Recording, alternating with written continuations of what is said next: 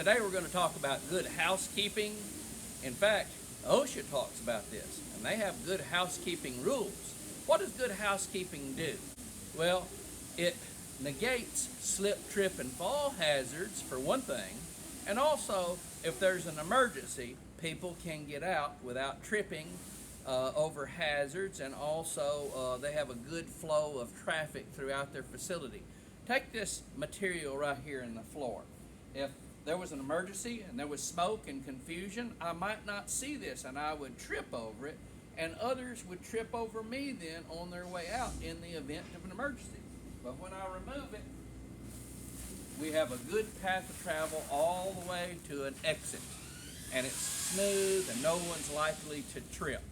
So remember, OSHA requires good housekeeping, clear paths of travel to exits at all times.